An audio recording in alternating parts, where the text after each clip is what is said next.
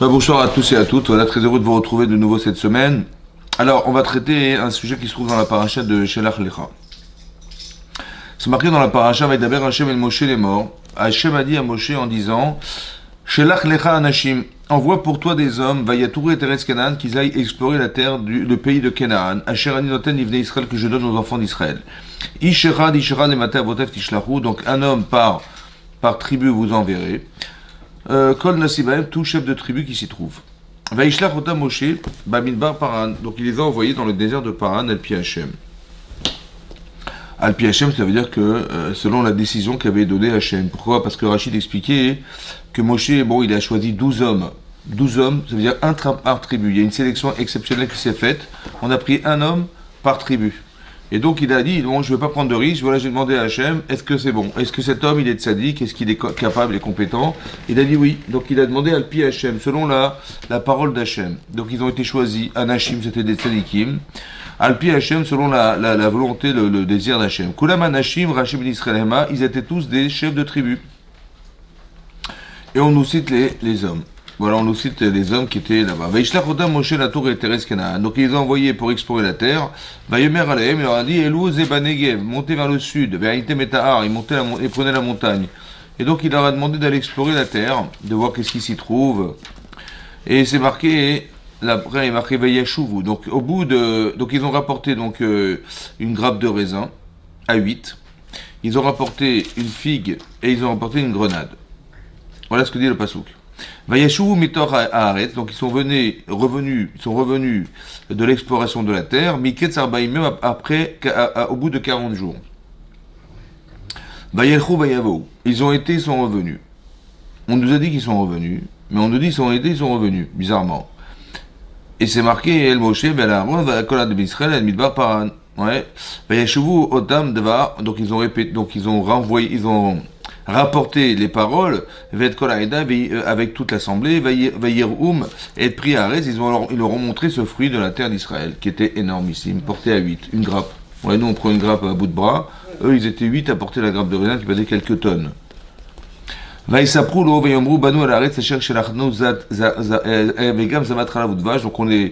revient de la terre que Hachem nous a donné, qui était une terre où coule le lait et le miel, et voici son fruit.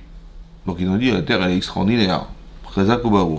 Et Rachid expliquait, à chaque fois qu'on va dire un mensonge, il faut toujours que ça commence par une vérité. C'est un principe. Hein. Donc ils ont dit la vérité, ils étaient tunisiens, la vérité. La vérité c'est que la terre elle est extraordinaire. Voilà la grappe que... regardez les fruits comme ils sont beaux. Ephes, tout ça c'est zéro. Qui est Azam. Parce que le peuple est puissant. Aïché Varès qui réside dans ce pays. Veharim Betsorot Dolot. Ouais, et on a des villes qui sont carrément Betsorot Dolot, c'est-à-dire qu'elles sont entourées de murailles. Veikon, Gam Yede Anak, Reinouchem, et on a vu en fait les enfants des géants qui étaient là-bas. Amalek, Yoshev Haaretz, on a fait la guerre contre Amalek, on sait combien ça a été compliqué. Et ben il s'est installé là-bas, comme par hasard. Veachiti, Vaïvoussi, Vaïmori, Yoshev Haar, eux ils vivent carrément sur des montagnes. Vekanani, Yoshev Alayam, et le Kenani il vit sur la mer. Alia Dayarden au bord du Jourdain. Vayas Kalev et Kolam, donc Vayas, il a fait taire Kalev, tout le peuple. El Moshe vers Moshe. Vayomer Alo Da'alib, il dit montez, nous montrons. Veyarashnu Ota, et nous l'hériterons. Qui achol nuchala, parce que nous pourrons l'atteindre.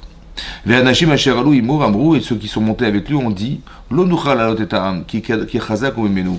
On ne pourra pas monter le peuple dans ce pays parce qu'il est plus fort que nous. Les gens qui y habitent sont plus forts que nous. Ils ont dit du mal sur la terre, Asher Tarota qu'ils avaient exploré, les bénis d'Israël les morts en leur disant Ares Asher Avanu Balato Rota Eretz Ochelet Yoshvea. Ils ont dit carrément la terre, c'est une terre qui consomme ses habitants. Ils enterraient des morts tous les jours. Je ne sais pas ce qu'il y avait, des virus, parce qu'il y avait des morts tous les jours. Et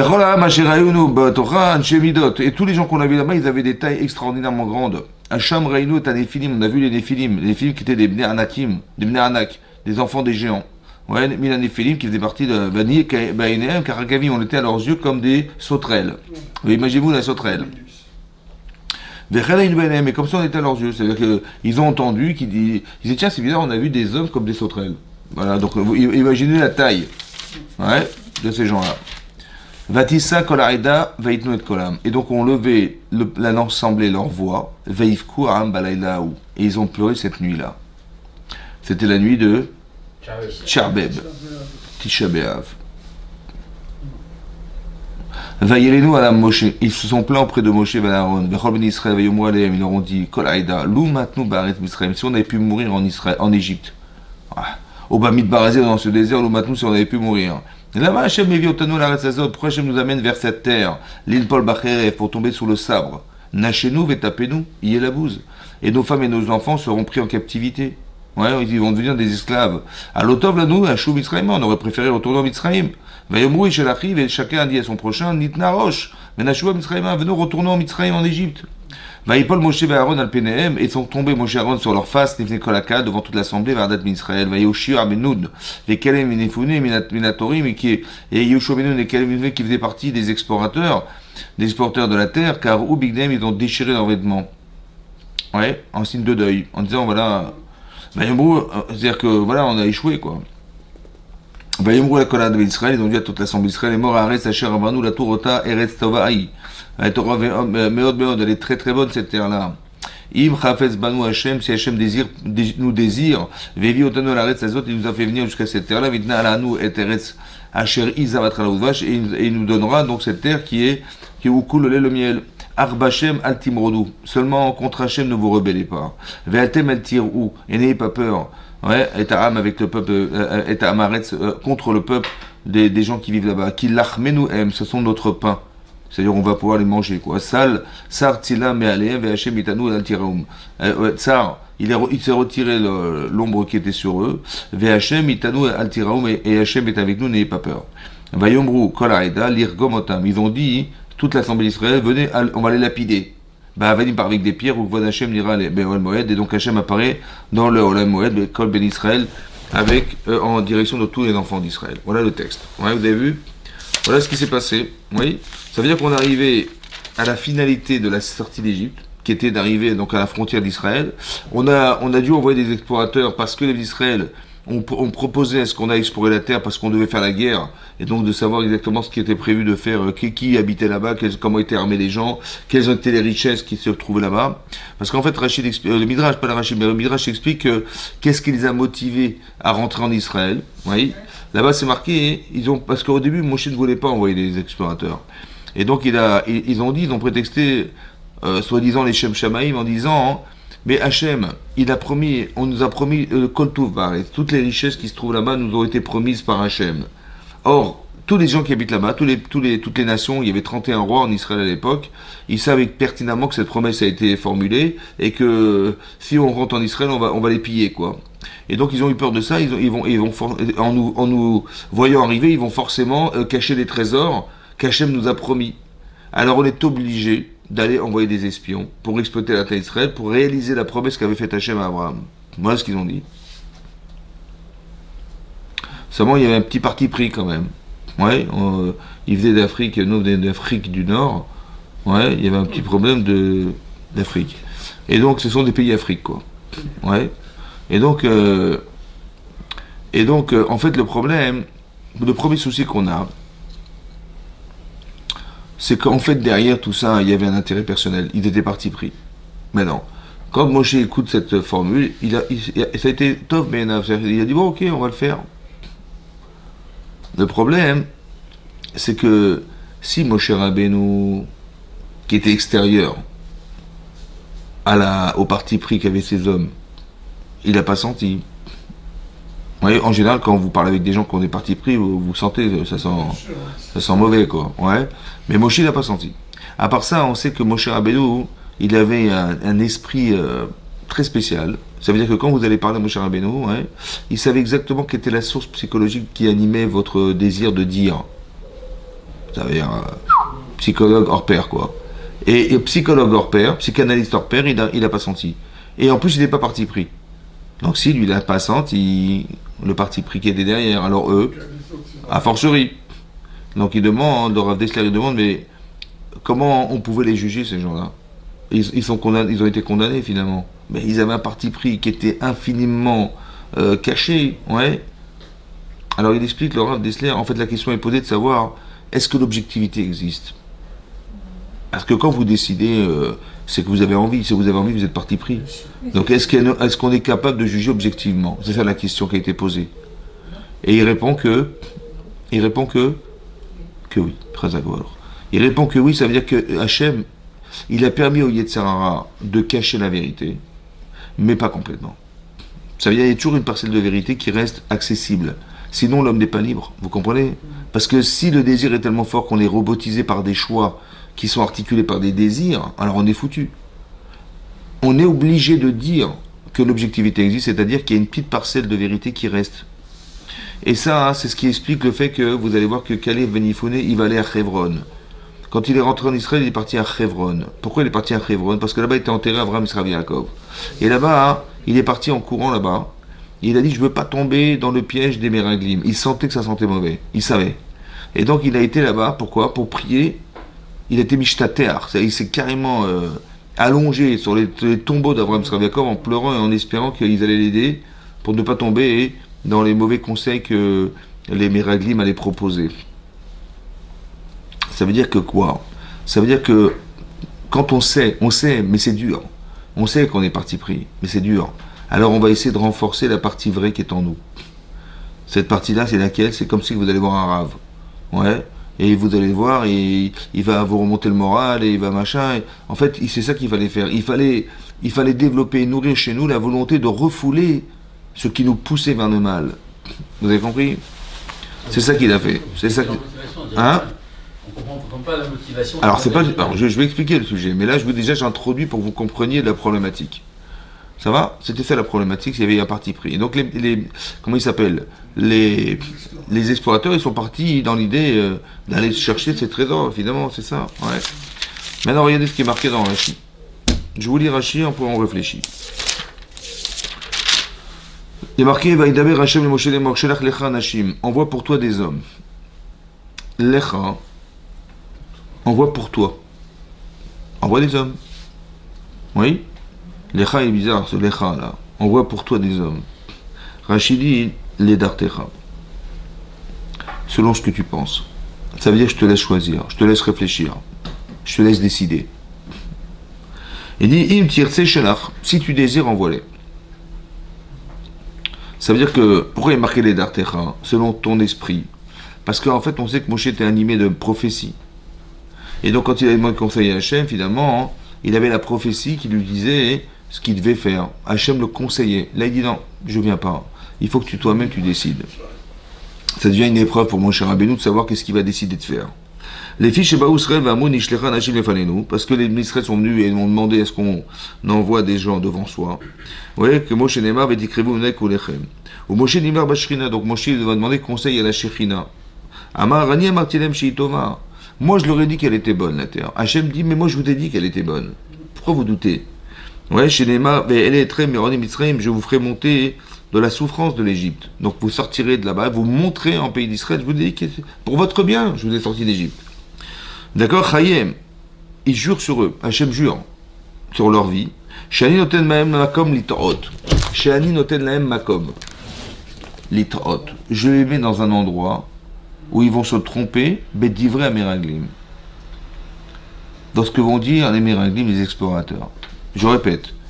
Ani noten laem makom litaot. Je les mets dans un endroit où ils vont se tromper, bédivré à Méraglim, dans les paroles des Méraglim, alemaan lo yirshua, afin qu'ils n'héritent pas de la terre d'Israël. Ça veut dire qu'ils ont douté, les d'Israël, de ce qui allait se passer pour eux. Et Hachem, il va les mettre dans une situation où ils vont forcément se tromper dans les paroles des Méraglim afin de ne pas hériter la terre d'Israël. Voilà ce qui est marqué dans Rashi. Alors, il faut comprendre ce qui est marqué parce que si ça avait déjà été prévu qu'ils allaient se tromper, alors qu'est-ce qu'on leur reproche? Et depuis quand Hachem il prive une personne de décider?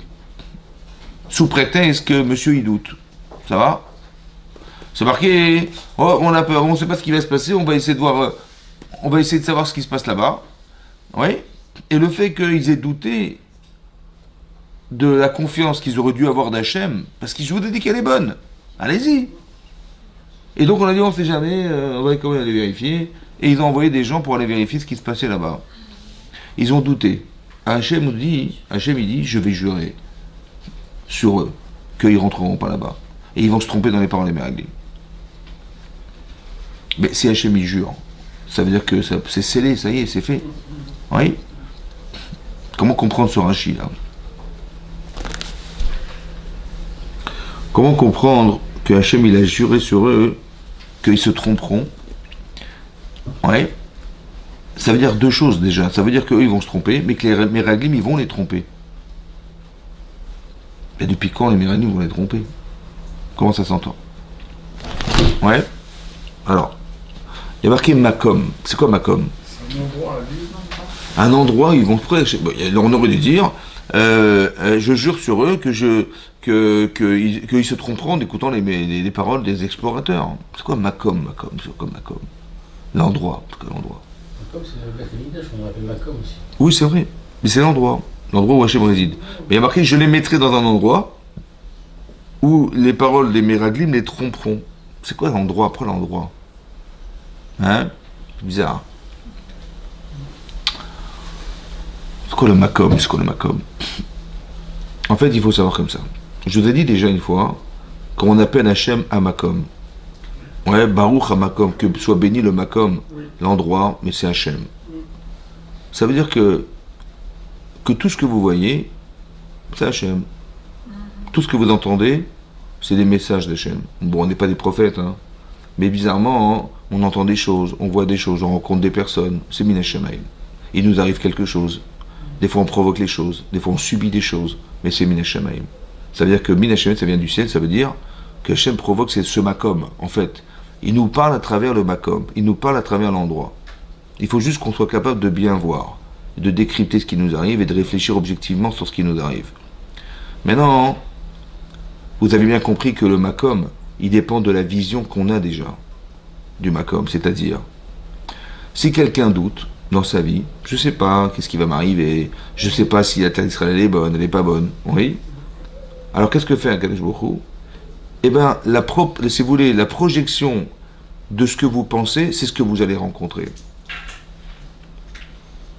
Si tu doutes, tu vas rencontrer des gens qui doutent, ou bien qui vont renforcer tes doutes, ou bien qui vont te dire, par exemple, bon, on ne sait pas ce qui se trouve en Israël. Bon, on va envoyer des gens.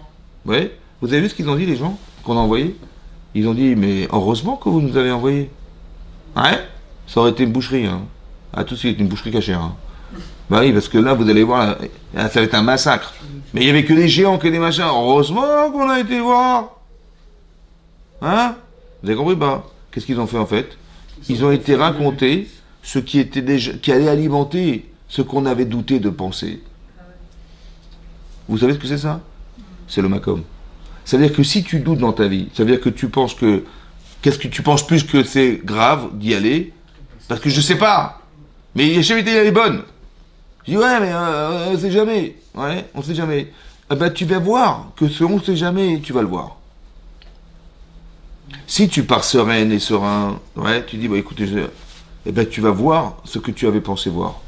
Mais si tu doutes, c'est-à-dire tu dis on sait jamais, alors on va te montrer qu'effectivement tu as eu raison de penser on sait jamais. Mais ça dépendait pas en vérité de ce qui était là-bas. Ça dépendait de la projection que tu avais au départ de voir. Ça veut dire que par hasard il y avait des géants, par hasard il y avait Amalek, par hasard il y avait des gens qui vivaient dans des villes fortifiées. Par exemple ils vont vivre sur des montagnes. Par exemple, et on voulait te faire peur ou quoi? Mais oui, à la proportionnelle de ta peur. Tu avais peur, alors on va te montrer que tu as eu raison d'avoir peur. Mais c'est pas ça qu'il voulait Hachem. Ça veut dire qu'il y a marqué dans Rashi, je jure, ça veut dire que je pense que quand Hachem dit je jure, ça veut dire qu'il semble qu'il ne voit pas de solution au fait qu'on puisse changer d'avis. Je jure, ça veut dire que ça ne dépend pas de lui. Ça dépend de nous. Si Hachem il voit qu'on est têtu, on est borné, il aura du mal à nous convaincre que ce qu'on a pensé n'est pas vrai, alors ils vont se tromper dans les paroles des Meraglim. Je vais vous expliquer comment ça marche. J'envoie les Meraglim, d'abord j'envoie les explorateurs, je dis écoutez, bon allez vérifier, on ne sait jamais ce qui se passe là-bas. D'accord? C'est comme je dis à quelqu'un, écoute, je rentre, je sais pas, dans des quartiers dangereux, on va rentrer dans les quartiers nord de Marseille. Bon, c'est pas... On n'est pas des tueurs à gages, mais bon, il y a des gens qui sont armés là-bas, on voit des gens qui vendent de la drogue, des trucs comme ça, c'est bon. On passe là-bas, moi je dis écoute, tu vas aller vérifier là-bas, ce quartier Bah, c'est sûr qu'il Bon, j'envoie quelqu'un aller vérifier. Qu'est-ce que tu crois qu'il va aller voir?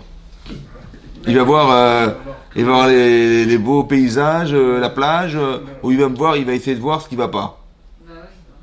Donc quand il va revenir, il va partir comme il va revenir. C'est-à-dire que comme je lui ai fait peur, parce que je sais pas ce qu'il va voir, donc il va forcément m'expliquer ce qu'il va voir de mal.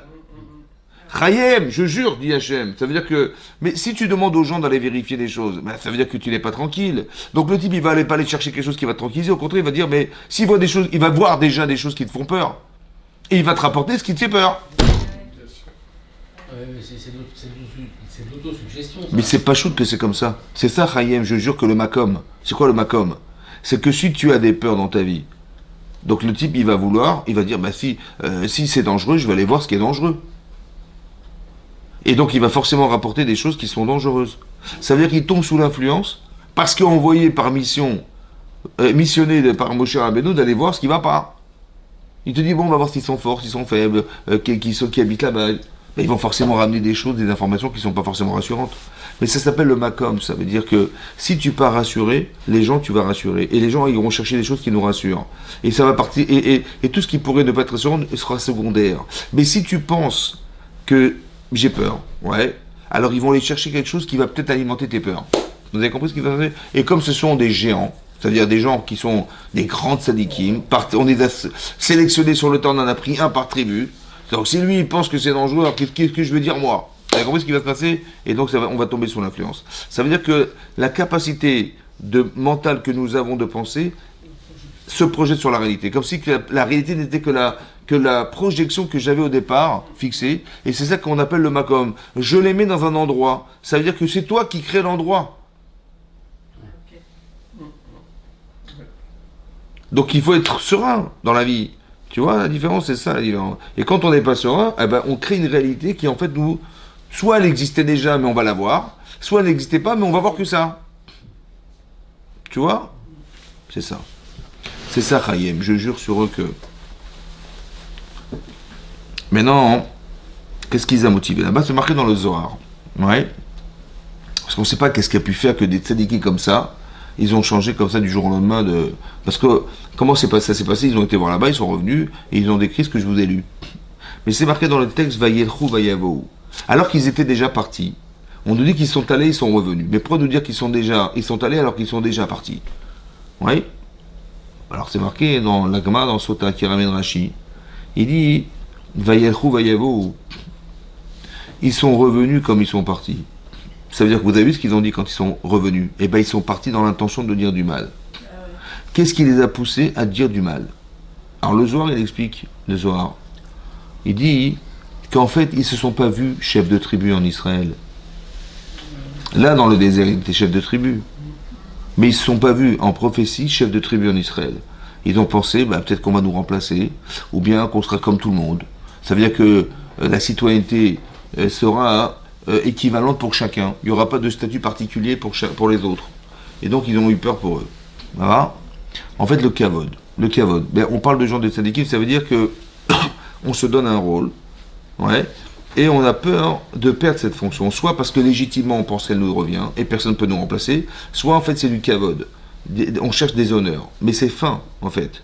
Et l'influence que peut avoir le kavod sur la personne, on sait que c'est marqué dans les pires kavod, dans les maximes des pères, que le kavod, la ta'ava et la kin à la jalousie, motzi meta'ada mina olam. Elles sortent l'homme du monde. C'est quoi sortir du monde? C'est ne plus avoir de cohérence. On est sorti du monde. Ouais. Il y a comme un vent de folie qui nous fait croire que... Vous avez compris? Donc le kavod, ça détourne la capacité mentale qu'on a de voir juste. Donc qu'est-ce qu'ils vont faire? Ils vont dire du mal pour ne pas qu'on rentre en Israël. Et puisqu'on n'est pas rentré en Israël, forcément, on va rester dans le désert. Et donc, c'est là qu'on va rester chef de tribu dans le désert. À la différence que si on était en Israël, on avait motivé les gens en Israël, bah, c'est nous qui allons perdre. Donc, pour qu'inconsciemment, je n'ai pas envie d'y être, parce que je sais pertinemment que si je rentre en Israël, je perds mon statut de chef de tribu, donc j'aurais préféré ne pas le perdre, donc je vais vous inciter à ne pas rentrer, en prétextant que la terre est impossible, on ne peut pas y rentrer. Comme ça, on va rester dans le désert. Et là, on sera chef de tribu. Comme ça dit le Zohar. C'est-à-dire que ce qui les a motivés à ne pas rentrer, c'est que derrière, il y avait un parti pris profond, ouais, qui était intéressé à conserver ce poste, ouais, soit légitimement, ils se sentaient capables de le faire, donc ils voulaient garder ce poste, soit le cavote qui est derrière, qui fait que j'ai pas envie de perdre cette situation-là. Ouais. Et donc vous avez compris qu'en fait, on réfléchit dans la vie, on prend des décisions, mais elles sont articulées par un désir au fond qui n'est pas forcément conscient, qui est conscient, mais qui va justifier le fait d'eux. Très intéressant, pourquoi ? Parce que vous allez entendre un discours, mais qui n'a rien à voir avec la réalité. En fait, le discours n'est là que pour justifier un désir profond qu'on voudrait assouvir, et la seule manière de le faire, c'est de dissuader l'Israël de rentrer en Israël. Vous avez compris ce que je veux dire ? Mais c'est pas parce que c'était dangereux. Tu dis, mais Hachem, il est plus fort que ce que tu vas voir. Ouais. Mais c'est parce que je suis pas intéressé. D'ailleurs, oui. Très intéressant de savoir, quand vous grattez un petit peu, vous vous rendez compte que le discours n'a rien à voir avec le désir que ça cache. Le discours n'a rien à voir avec le désir que ça cache. Eux, ils ne voulaient pas rentrer en Israël parce qu'ils n'avaient pas envie de perdre leur statut, vous avez compris ou pas ? Alors vous dites, ouais, il y a ça, il y a ça, il y a ça, il y a ça. En fait, c'est pas ça le problème. Il faut comprendre que le problème n'est pas là. Le problème, il est ailleurs. Il est ailleurs. Et pourquoi tu veux absolument que... Vous avez compris ? Et ils ont été d'une grande conviction puisqu'ils ont pleuré ce soir-là. Vous avez compris ? Où est la émouna des chefs de tribu ? Hein ? Où est la émouna des chefs de tribu ? C'est pas un comportement de chef de tribu. Ça peut être un comportement d'un Ben Israël en disant je vais perdre mon confort, c'est-à-dire que je ne pourrai plus étudier toute la journée, je vais être obligé de travailler pour manger et vivre, faire vivre ma famille, parce qu'on aura acquis le pays, on devra se battre, on rentre dans le matériel. Mais un chef de tribu, il est là justement pour éclairer les autres. Donc c'est-à-dire quoi ? Les chefs de tribu, c'est tous devenus des gens très ambitieux et très... Bah, ils ont vu, c'est ce que disait... en fait, c'est logique d'un côté. Ne pas être un chef de tribu, c'est pas avoir d'ambition. J'ai rien à gagner. Mais là, j'ai oui à gagner. Au contraire, quand on est chef de tribu, on a oui à défendre quelque chose. Mais quand on n'est pas chef de tribu, on n'a rien à défendre, donc il serait rentré sans prétention. Tu vois la différence ?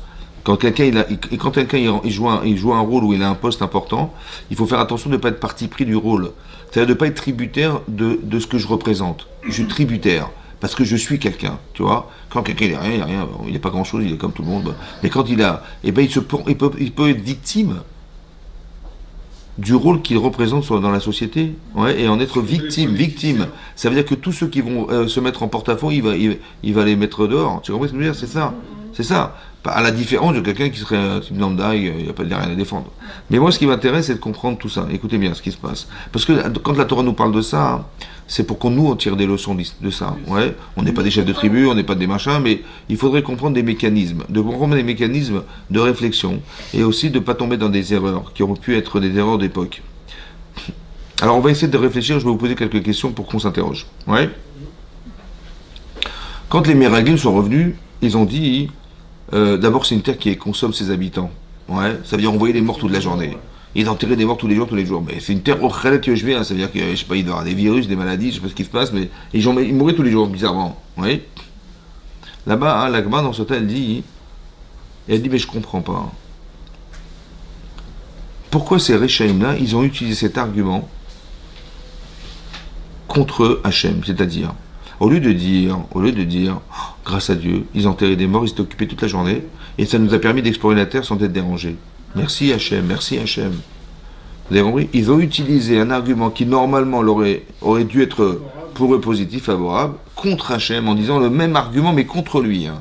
C'est-à-dire, qu'est-ce qu'il a été faire de nous amener là-bas ? Ils enterraient des morts tous les jours. Ouais ? Mais non, comment ça se fait qu'on lit comme ça ? On lit mal. Au lieu de lire, grâce à Dieu, ils s'étaient occupés. Hein. Ils enterraient des morts toute la journée, on a pu rentrer en Israël. On est rentré, on est sorti, on n'a pas été dérangé. Parce qu'ils enterraient des morts. Non ! Ils vont dire non, ils ont enterré des morts. Mais cette terre, c'est une terre maudite, c'est pas possible, on va pas vivre là-bas. Vous avez compris ? Ça veut dire que tu vois en vérité la lecture que tu as dans ta vie, elle dépend au départ de ce que tu désirais voir. Qu'est-ce que tu veux ? Tu veux dire du mal ? Alors tu vas chercher à dire du mal. Mais si tu veux dire du bien, eh ben tu vas dire, le même prétexte que tu avais en disant mais ils enterrent des morts tous les jours, ça va t'aider à penser que grâce à Dieu on a pu rentrer sans explorer la terre. Ça veut dire que la même image, elle a deux interprétations possibles. Mais pourquoi tu la vois comme ça ? Pourquoi tu la lis comme ça ? Parce qu'au fond, tu as un problème. Tu vois mal. Oui ? Tu vois mal. C'est-à-dire que tu n'as pas envie de voir bien. Tu veux voir mal. Alors tu vas traduire mal. Ça va ? Ça, c'est une chose à comprendre. À part ça, ils ont pleuré l'Israël. Oui ? Parce qu'on leur a dit, mais il y a des gérants il mesure la tour Eiffel 3 fois la tour Eiffel, il mesure 1000 mètres de hauteur, les types, mais genre, ouais, et ils vont tous nous massacrer, comment on va faire, qu'est-ce que tu vas faire avec ton petit épée, En plus de ça, il y a Amalek, on a fait la guerre, c'était compliqué la guerre contre Amalek, ils vivent sur des villes fortifiées, dans les montagnes, comment tu vas monter là-haut? Et avant que tu montes, ils vont t'envoyer des pierres déjà, oui, etc., etc. Chazakou Mimenu. Ils sont plus forts que nous, on n'y arrivera jamais. Voilà ce qu'ils ont dit. Ouais. Maintenant, Chazakou Mimenu, ils sont plus forts que nous. Rachid nous ramène Agma dans Sota et le Midrash Tanchuma, qui dit comment ça se lit. Il dit Kaviachol, comme si qu'ils avaient dit Klapé Marla Hamrou. Comme si qu'ils avaient parlé en direction du ciel, en disant plus fort, pas que lui, pas que plus fort que nous, mais plus fort que lui. Hein? C'est possible? Non. C'est la question que tu poses. Intellectuellement, est-ce que c'est possible, intellectuellement, d'imaginer que les géants sont plus forts que leur créateur? Non. Alors comment ils ont pu dire ça? À part ça, hein, d'abord c'est bizarre. À part ça, c'est pas ce qu'ils ont dit. Ils ont dit ils sont plus forts que nous. Et Chachamim m'ont expliqué, c'est ce que ça veut dire. Ils sont plus forts que lui. Mais ils n'ont jamais dit ça. Ils ont dit plus forts que nous. Ces gens-là sont plus forts que nous. Ils n'ont jamais dit plus forts qu'Hachem.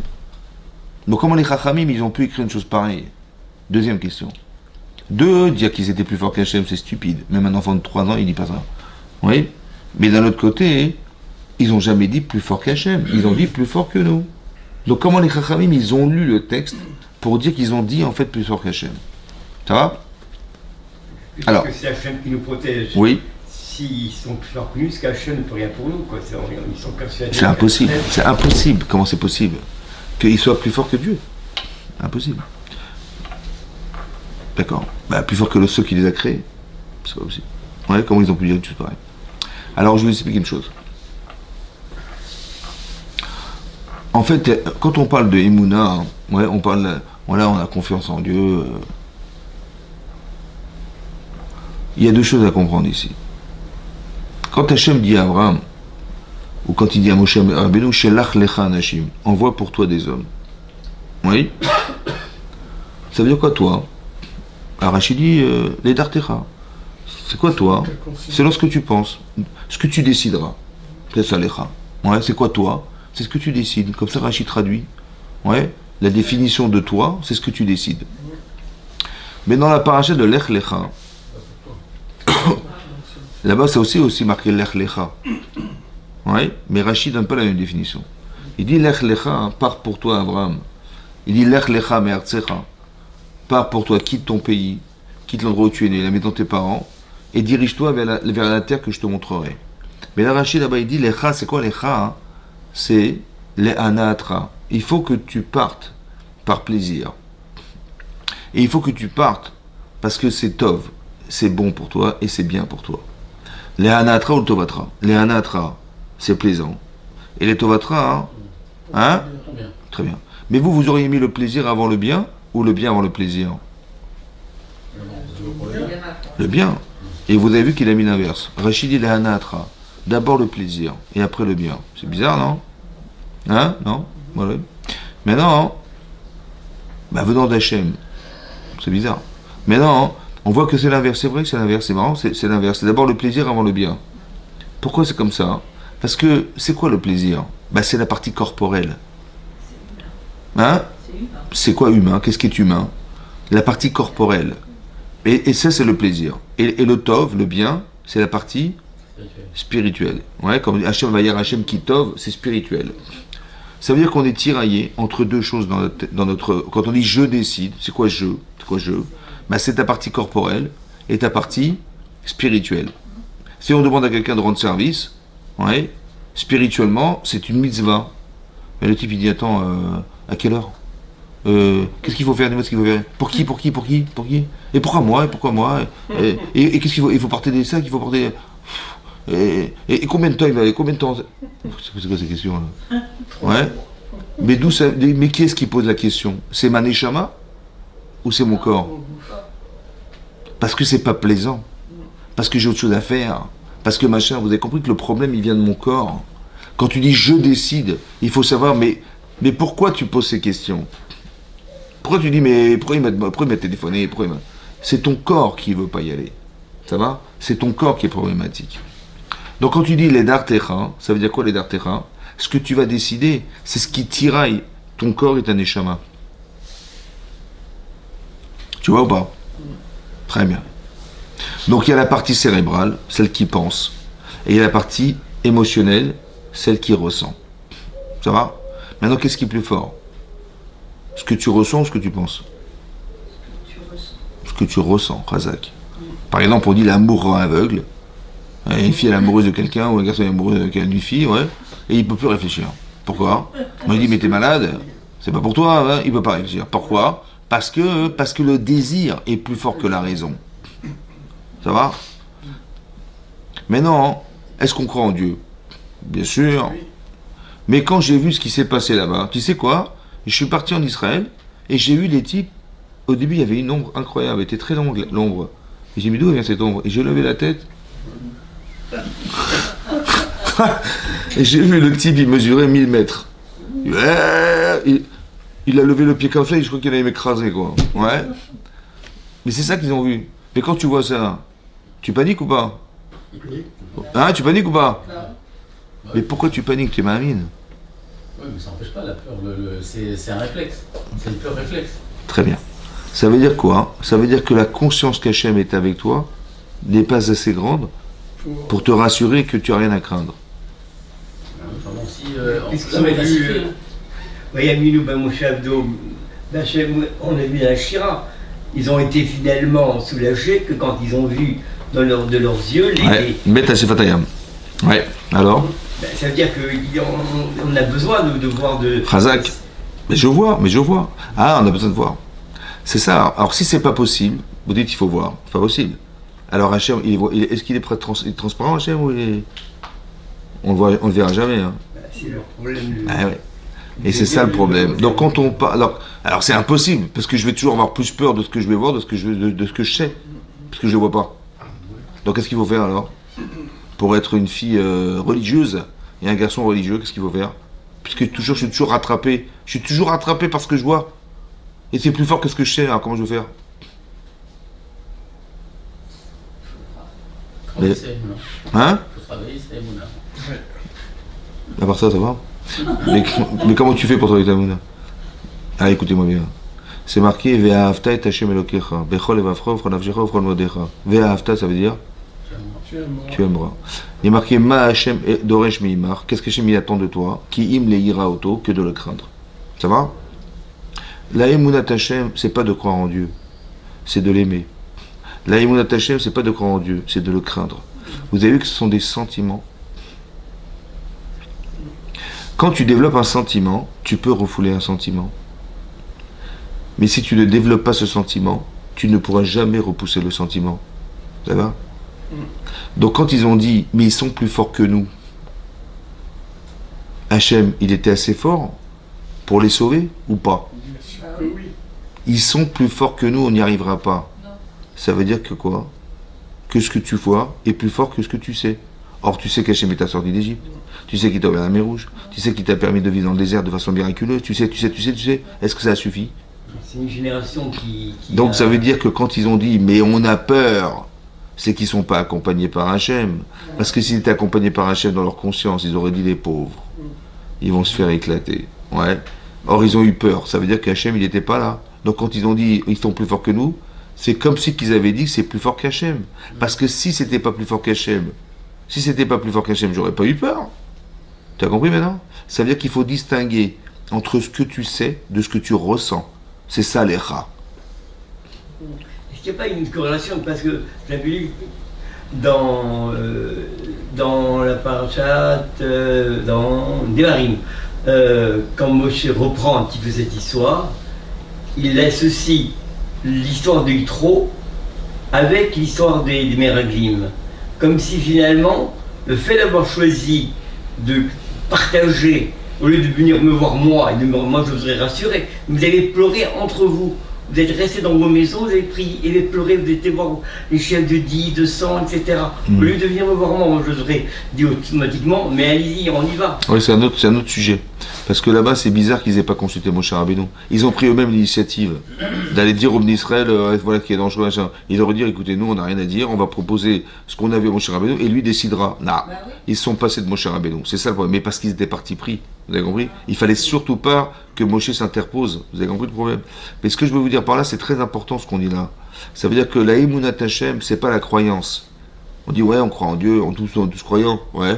Mais quand tu arrives devant des géants comme ça, tout à coup, tu perds toute ta Emunah. C'est terminé, là. Ouais.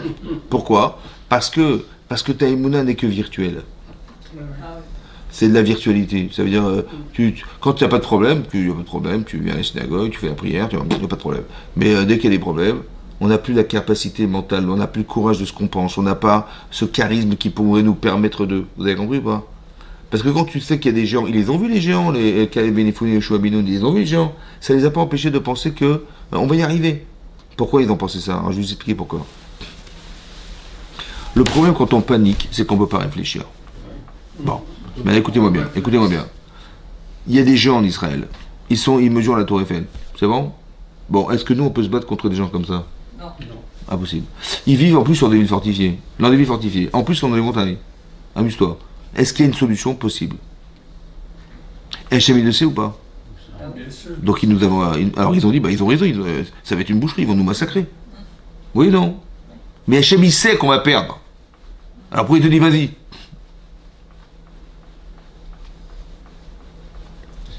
Et pourquoi il y a des gens aussi énormissimes? Est-ce que les gens qui sont rentrés en Israël, les Méraguim, ils étaient petits? Ou ils étaient grands? Hein? Non, quand je dis grand, ça veut dire, est-ce qu'ils avaient un grand niveau des Mouna? Ils avaient un grand niveau de Tzidkout? On en a pris un par tribu. Ils étaient des grandes sadikim ou pas? Très bien.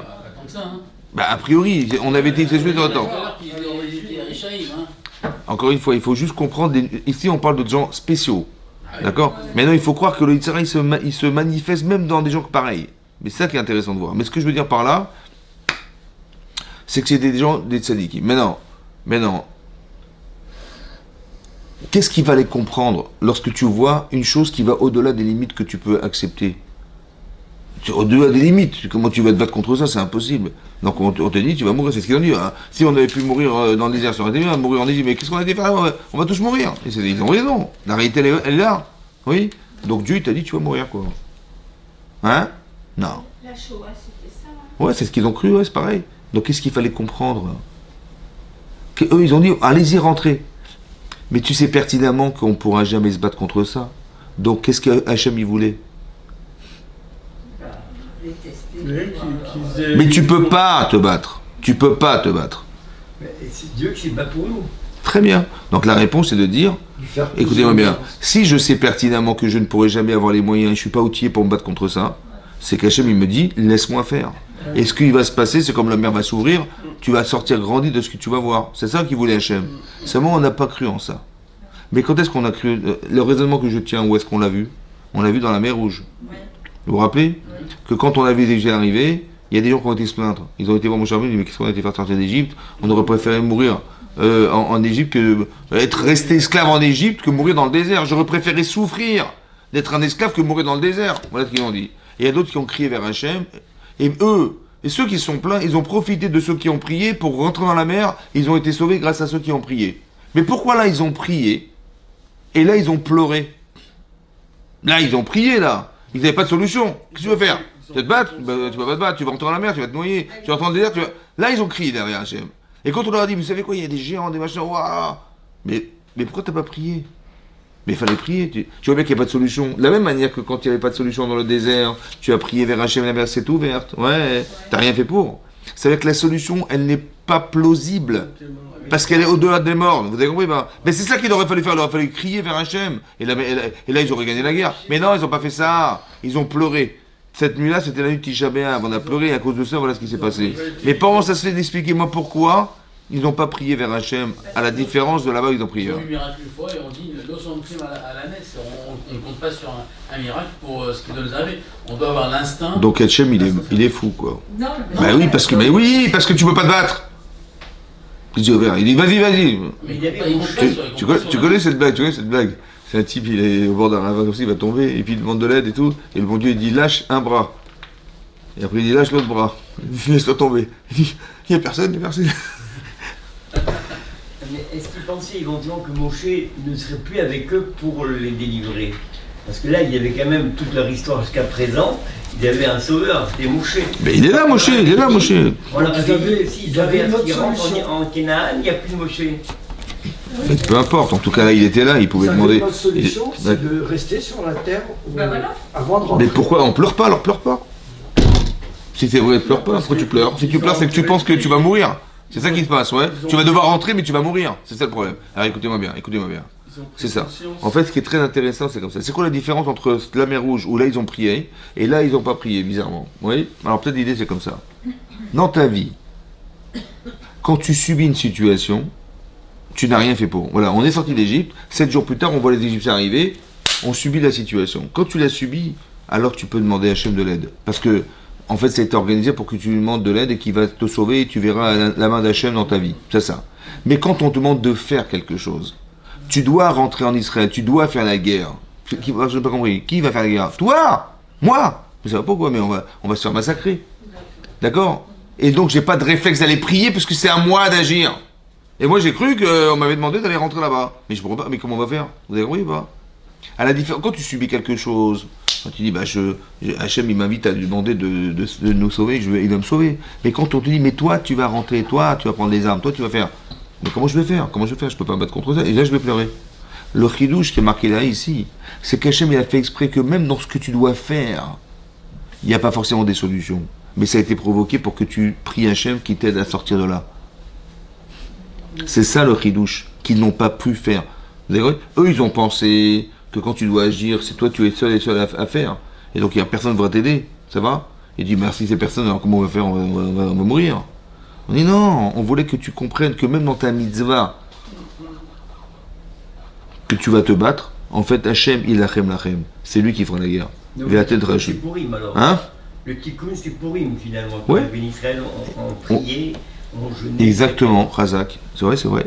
Ça veut dire qu'il y a des situations impossibles, il faut demander de l'aide à Hachem, et quand tu tu pourras jamais t'imaginer la solution. C'est impensable de penser que la mer va s'ouvrir. Qui sait va croire un truc pareil?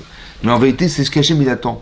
Il attend que tu l'appelles, il attend que ce soit lui qui vienne intervenir dans des cas impossibles pour que tu comprennes ça. C'est ça qu'il fallait faire. Et malheureusement, on est tombé dans ce piège. Vous avez compris ce qui se passe? C'est-à-dire que quand tu paniques, tu ne peux plus réfléchir. Il faut avoir une forme de sérénité pour avoir la capacité mentale à pouvoir réfléchir dans des situations où c'est très compliqué. Mais c'était des gens énormes. Vous savez pourquoi c'est énorme? Parce que si l'épreuve est énorme, c'est qu'ils étaient très très grands. Il fallait, pour les faire douter, il fallait des géants qui mesuraient 1 kilomètre. Donc ça veut dire qu'ils avaient une émouna extraordinairement grande. Mais la réalité était plus forte que ce qu'ils savaient. C'est ça que je voulais vous expliquer. Kaviachol, comme c'est qu'ils avaient dit, mais c'est plus fort que Dieu. Ils n'ont jamais dit ça. Mais c'est révélateur que c'est plus fort que Dieu. Parce que si Dieu est dans ta vie, tu n'as pas peur pour toi, tu as peur pour eux. Or si tu as peur pour toi, c'est qu'il n'est pas assez fort. C'est ça Kaviachol, vous avez compris? Comme si qu'ils avaient dit. Voilà, voilà. C'est pour ça qu'on doit développer une émouna, qui est une émouna en béton. C'est quoi en béton? Ça veut dire que tu ressens des choses. Tu vois, et quand tu pries, ouais, c'est comme nos grands-mères. Vous vous rappelez nos grands-mères? Quand il arrive une catastrophe, il dit Arbi Shimon dans les haïs. Arbi, allume les veilleuses, allume des trucs. Je dis maintenant, appelle les pompiers, appelle la police. C'est vrai, c'est Hein? ça. Mais pourquoi le réflexe était d'Arbi Shimon dans les haïs? Parce qu'ils ont toujours grandi dans la émouna, ils ont toujours les loulottes, les machins. Nous, on est des scientifiques, on est des machins, on est des intellectuels.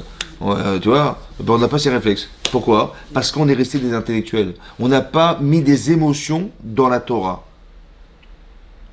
Il n'y a pas d'émotion, il n'y a pas d'amour, il n'y a pas de crainte, il n'y a rien. Vous avez compris? Alors on va réfléchir intellectuellement. Et c'est ça qui va se passer. Mais je sais pertinemment que les Tsarins, ils m'avaient créé des émotions qui vont balayer ce que je pense. Évidemment que c'est comme ça. Donc il aurait fallu qu'on développe la Emouna. C'est quoi la Emouna? C'est l'expression du sentiment profond que j'ai, d'amour que j'ai d'Hachem. Je sais que je dois craindre Hachem. J'ai pas envie de faire des bêtises dans ma vie. J'ai pas envie d'aller au Guéhinam dans ma vie. J'ai pas envie de, ouais, ou j'ai pas envie de décevoir Hachem. J'ai pas envie. Vous avez compris? Donc je dois être un tzaddik, je vais faire attention à ce que je fais, et je vais scrupuleusement respecter la Torah. Ça va? J'ai peur de rater. Ou bien, j'ai le privilège d'avoir été choisi par Hachem. Alors ça, Merci Hachem. Il m'arrive n'importe quoi, je dis merci. Mais c'est comme ça que tu vas l'aimer. Parce que tu vas te rendre compte que il y a des faveurs extraordinaires que tu vis dans ta vie que tu devrais accepter. Et même quand c'est une souffrance, tu sais que ça vient réparer forcément quelque chose. Vous avez compris ce qui se passe? Oui, pourquoi mon cher Rabbeinu n'est pas intervenu?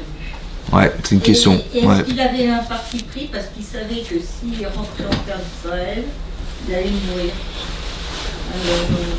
Ouais. Alors je pense pas, parce qu'on verra plus tard que non, mais là-bas on explique comment ça se fait qu'il a prié pour Yoshua ben Nun. Ouais. Alors, on sait que, vous savez, quand Eldad ou Medad, qui étaient deux prophètes, ils ont prophétisé dans le camp. Et là-bas, c'est marqué que Yoshua ben Nun, il a dit maudit-les, ces gens-là, parce qu'ils ont fait une prophétie qui était à l'encontre de Moshe Rabbeinu. Qu'est-ce qu'ils en pensent? Qu'est-ce qu'ils ont dit? Ils ont dit Moshe va mourir, et c'est Yoshua ben Nun qui va nous faire entrer en Israël. Et il a dit maudit-les. Parce que Yoshua ben Nun, il était très attaché à son rave qui était Moshe Rabbeinu. Vous savez de quoi il avait peur, Moshe Rabbeinu? Hein? Il avait peur que Yoshua ben Nun, il va faire du lachon hara sur la terre d'Israël pour rester proche de son maître dans le désert, en sachant que s'il rentrait, il mourrait. Alors il dit, je te fais une bracha pour que tu tombes là-dedans. Vous avez compris ce que je veux dire? Maintenant, alors comment on a expliqué tout ça? Alors écoutez-moi bien. Vous avez un peu de temps, ça va?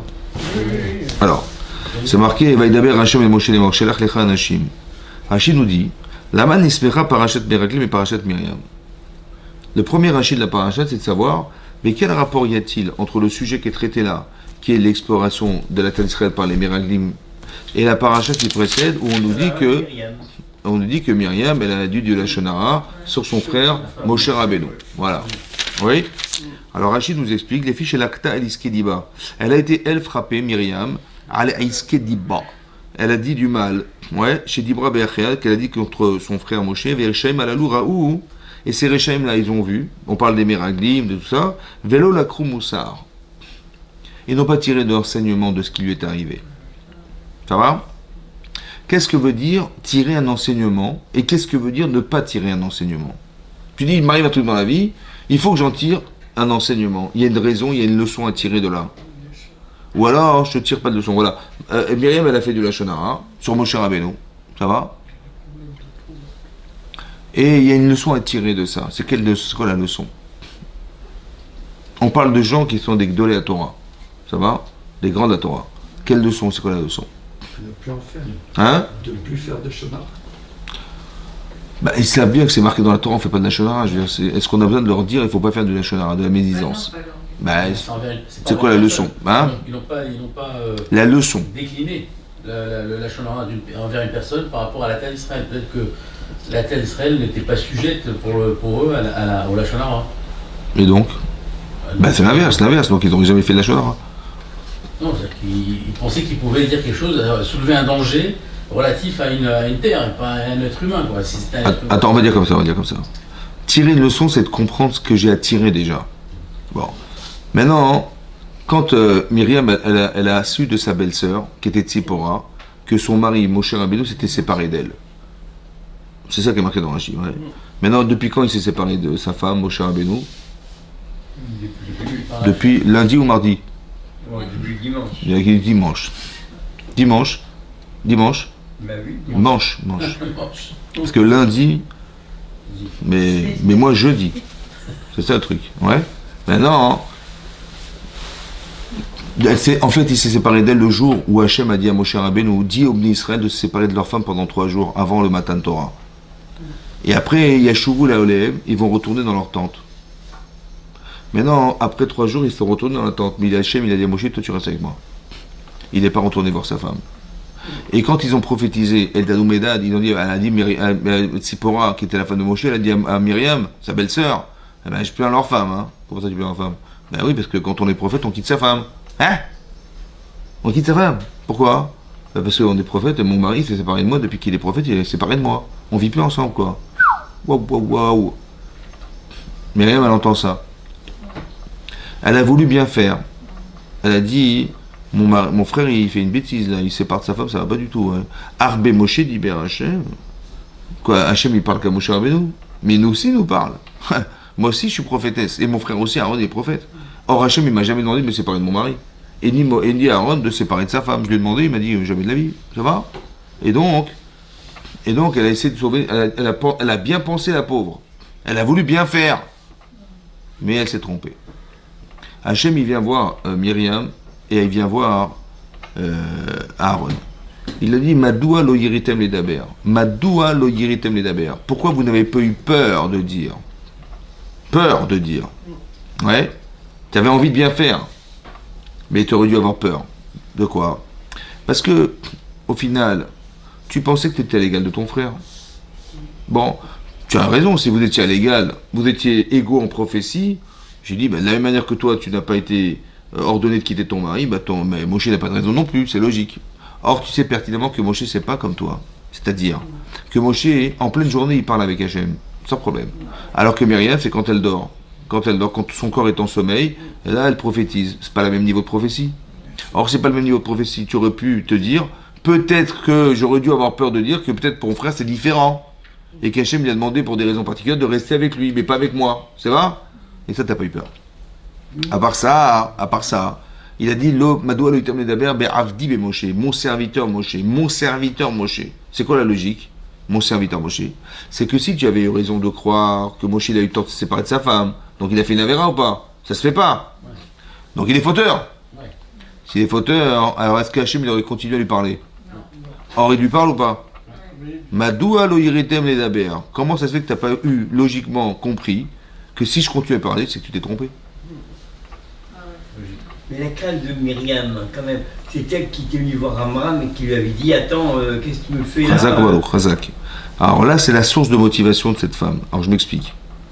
En fait, un jour, son père il s'est séparé de sa femme aussi. Qui c'est qui les a réconciliés? Et qui c'est qu'est-ce qui a permis que Moshe Rabbeinu naisse de là? Elle aussi. Donc quand elle voit Moshe Rabbeinu, c'est grâce à qui? C'est grâce à... Maintenant se représente la même situation. Oh, le kiff. Bah oui, parce que Mina Shamaï, ma belle-sœur, elle m'a parlé, elle m'a dit voilà, mon mari s'est séparé de moi. Je dis mais c'est marrant, il fait la même erreur que mon père.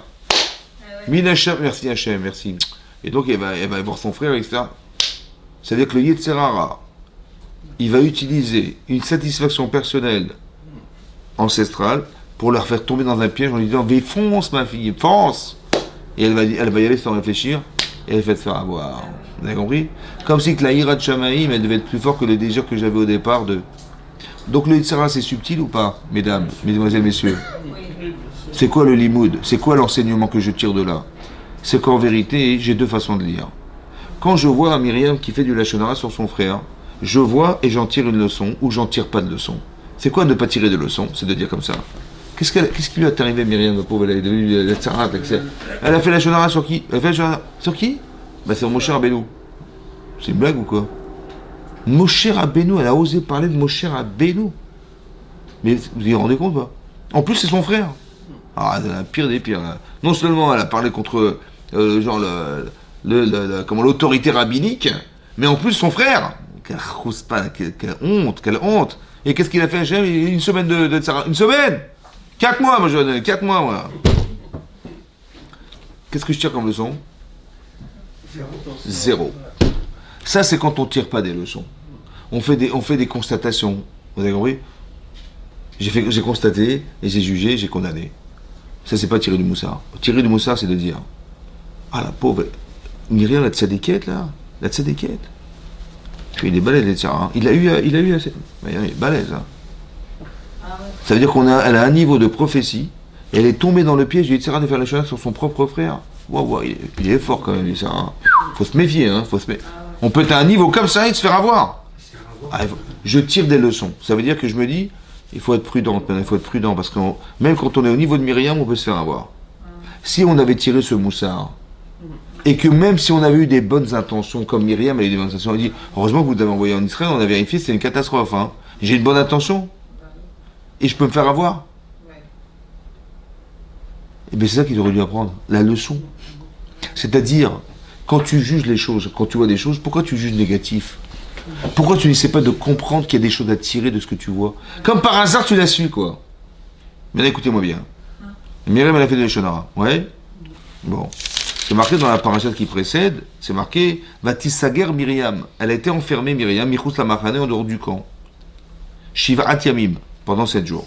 Ve'am, et le peuple, l'onassa, ADSF, Myriam, jusqu'à ce qu'elle se soigne, Myriam. Donc on a attendu Myriam. On savait que c'était Myriam ou pas? Mais dis-moi, une femme, elle a eu la lèpre. On la prend, on la met dehors. Mais en dehors des 3 camps. Comment elle se sent là? Pour une femme, c'est très très dur. À part ça, hein, elle a fait du lachonara sur Moshe Rabbeinu. Et elle a dû raconter ça à son frère. Donc c'est un problème familial. Oui, non? Oui. Donc elle va voir Moshe Rabbeinu. Parce que, franchement, pardonne-moi, je me suis trompé. Excuse-moi, je ne recommencerai plus. Je vais voir Aaron, je t'ai raconté un truc. Excuse-moi de t'avoir dit une chose pareille. Je t'ai fait accepter du lachonara. Excuse-moi. Et puis fini. Voilà, elle s'arrête. Elle reste à la maison, une semaine, c'était fini. Oui, non? Non, on la prend, madame, on la met dehors et on l'attend. Parce que c'est marqué, et après qu'on ait attendu une semaine, on n'a pu voyager. Mais à cause d'elle, on n'a pas pu voyager. C'est vrai ou pas? L'Archouma. Oui ou non? Oui ou non? Mais tout le monde nous raconte que c'est justement la preuve que Akadourou récompense par myriade l'heure que Myriam a pu attendre. Oui, ça c'est autre chose, c'est une semaine. Mais moi, ce qui m'intéresse, c'est pas ça. Ce qui m'intéresse, c'est de comprendre. Je veux comprendre pourquoi elle a subi un affront plus fort que ce qu'elle a provoqué chez son frère. Elle a parlé à son frère, donc elle lui a demandé pardon. Mais là, la honte qu'elle a eue, elle est au-delà de la souffrance qu'elle a provoquée chez son frère, quand même. Oui ou non? Tout le peuple d'Israël a su, mais c'est plus fort que tout, ça. Hein? Mais c'est pas normal, c'est pas juste. C'est juste ou pas? C'est juste que c'est pas juste. C'est juste ou pas? Non. Alors comment ça se fait qu'Hachem a fait ça? Vous avez compris? Et mettez-vous à la place de Myriam. J'aurais dit, mais c'est quoi cette honte qu'on m'a fait? Mais qu'est-ce que j'ai mérité tout ça, moi ça? Ouais, j'aurais pu me plaindre ou pas? Je me plains ou pas? Mais qu'est-ce qu'Hachem m'a fait? Mais c'est pas normal. Mais où va-t-on que Myriam dit excusé? À 2 minutes. Ouais, vous avez compris ça? Je veux juste avancer dans le raisonnement pour pas. Mais non, mon Yitzhara, il me dit, mais c'est quoi cette Torah là? Putain, j'ai fini avec un. Ok, j'assume. Je vais demander pardon à mon frère, mais comment c'est que c'est passé dans les journaux? Tout le monde a su. C'est pas normal. Ouais. Quelle honte. C'est au-delà. J'ai eu une honte qui va au-delà de ma faute. Je suis désolé, c'est comme ça. Je peux me plaindre ou pas? Ok. Mais pourquoi Hachem il a fait ça? C'est bizarre. Tout le monde a vu ou pas? Tout le monde a su? Oui. Et est-ce qu'il y a un type qui est venu dire au Meraglim, mais qu'est-ce que vous racontez là? Vous faites la Shona sur Israël. Mais oh, et Myriam, vous vous rappelez pas de Myriam?